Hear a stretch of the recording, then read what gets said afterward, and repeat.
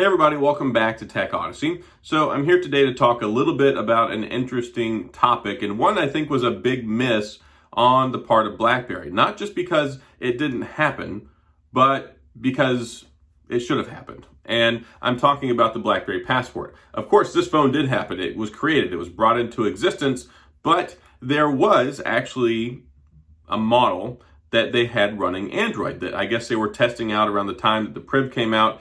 And it didn't see the light of day as far as for us consumers, but there actually is some video floating out there showing a Passport clearly running Android. And I think this would have been probably a big hit. It just didn't happen. And I want to talk about this. But before we get into all that, I do want to say if this is your first time stopping by the channel, I appreciate you being here. If you enjoy the video, please hit the like and the subscribe button and the little notification bell if you want updates when new videos come out. Now let's talk about the Passport.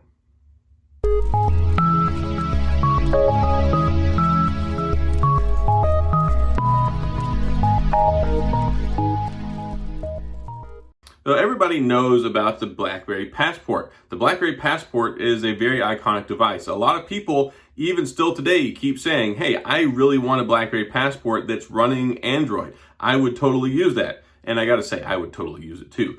I think that that would be probably the smartest move that they could make right now.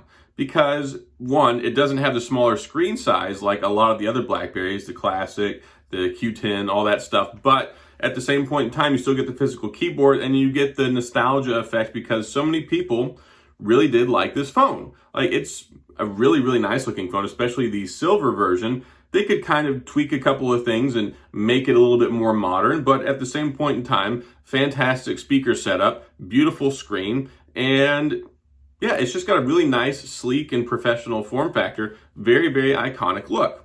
And I love it, especially the silver edition. But there was, in about August of 2015, a video that surfaced showing one of these BlackBerry Passports, which was designed and operating BlackBerry 10. It was running Android. So we know that BlackBerry was experimenting with it, but it never saw the light of day. I don't know if that's because they were dedicating their resources to the BlackBerry Priv and were really hoping that would pan out. Maybe they thought, well, since the Passport didn't sell that well, I mean, it did sell well initially. It was like 225,000 units like the day or the week that it came out. It had some really good movement for a BlackBerry 10 phone on launch, but things just weren't going all that well in BlackBerry world, pun intended, BlackBerry land up in Waterloo. So they decided to ditch BlackBerry 10, move over, make the BlackBerry Priv. I think this is where the money would have been though, because so many people really love the Passport, and maybe they thought that somebody just bought the BlackBerry Passport, they wouldn't ditch that and then turn around and buy an Android version. I mean, me being a BlackBerry addict and somebody who loves phones, I would, but for a normal person, that probably isn't something that would have happened. So I think what they were trying to do when they created the Priv was not only to keep the spirit alive with the BlackBerry phone, but also try and get people on board who already used Android or had left and gone to Android. And then I believe BlackBerry hoped they would come back. That didn't work. It really didn't. And the BlackBerry Priv had so many problems. The battery life, the processor, the overheating, the camera was laggy. There was a lot of stuff that was there as far as shortfall wise that I think a lot of it was the hardware, really. Now, they did make a secure operating system. They did make a really good touch keyboard for back then. It was probably the best, if not one of the best. And then you had this guy right here, the Passport, sitting right underneath their nose, right in the palm of their hands, probably some of them even in their pocket. I loved this phone. I had the white one, I had the black one, I had the silver one. I had a whole collection of these things, and I'm sure some of you people watching this video can probably think back then and thought, yeah, I probably had a couple of them too. Even had the AT&T variant. And I wish they would have made a Porsche one. That never happened. So had they, from the get-go, made at least an Android and a BlackBerry version of this, I think it would have been really successful. And then also, when they were deciding to make an Android phone, I think that this would have been the best choice. They had the hardware already. They had the phones.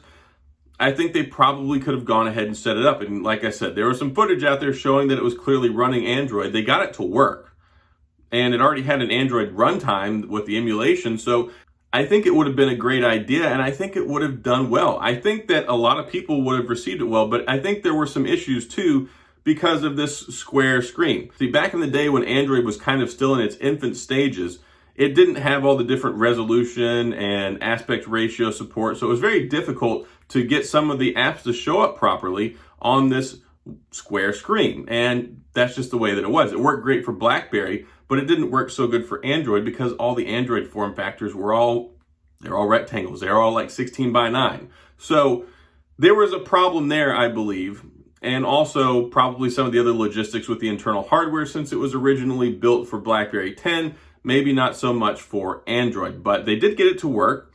And yeah, I think maybe also they might have saw the writing on the wall and just weren't expecting a whole lot, so they didn't want to divert more money and resources to try and make it happen. Because I think a lot of people really would have hopped on board and would have been happy with it, and it would have been like a normal BlackBerry people were already familiar with. I don't think that the Classic, I don't think the Z10, the Q10, I don't think they had the hardware and the horsepower to push Android, but this guy right here, I think did. And even looking at it now, I think that it would be a tremendous success if they were to put Android on one of these. Like if they were to go ahead and take this design, retool it, and make it a little bit more modern, or even just do an identical copy and bring this out. This would actually kind of be considered a small phone now. And I think that when you look at the Classic, I think when you look at the Q10 or the old Bold or the 8800, I think some people really look at those now and think those are too small. Those screens are too small. So we don't want something like that. We've got a 6+ inch screen on all of our phones over here. Why would we go back to that little baby phone? And I can hear the arguments right now. So I think this might offer some of the best of both worlds. It gives you the familiarity and the nostalgia that's really built in and ingrained with this phone. A lot of people really like this phone. I mean, I love it. And then on top of that, I think they could do it at a decent price. It feels very premium. And yes, clearly Onward Mobility is doing whatever they're doing with their phone now that they're going to bring out. It's supposed to be different. It's not going to be a rehash of an old phone. But I think with the second phone, they could really get away with something like this. And if they were to put like a Snapdragon 765 in here, give it 6 to 8 gigabytes of RAM, give it 125 gigs of storage, but give it expandable storage. I mean, basically the same phone, just with modern stuff, upgraded camera specs, and a newer battery. I think it would sell like hotcakes among BlackBerry buyers, and I think that it would probably draw some other people over. Look at how successful the Titan was with Unihertz. Yes, it's not selling millions of phones, but in the small batch design that they're going with building it as they're getting enough people to buy them, it's shown that it's a working model. So if BlackBerry, under their licensing agreement and with whatever financial and logistical prowess that they have over a Unihertz company, I think that this would be doable, and I think that people would be really, really happy about it. It would be one of those things where people are like, oh, the Passport's back. And I would be really excited about it. Like, I picked this up. I even put my SIM card in here. It's actually got 4G LTE on Google Fi. Got Google Fi in here. Works perfectly fine, no issues. So when I use it though, the browser is dated, a lot of the apps are dated, the Android runtime is dated, a lot of stuff is not supported. If I had a modern Android operating system on here, I would totally be using this phone right now. Like, it would be great. So Onward Mobility, if you watch this video and you're listening, I want one of these. And there are other people that want one too. So can we make that happen? Anyway, it's a little bit of a pipe dream here. I don't really expect it to happen realistically, but how cool would that be?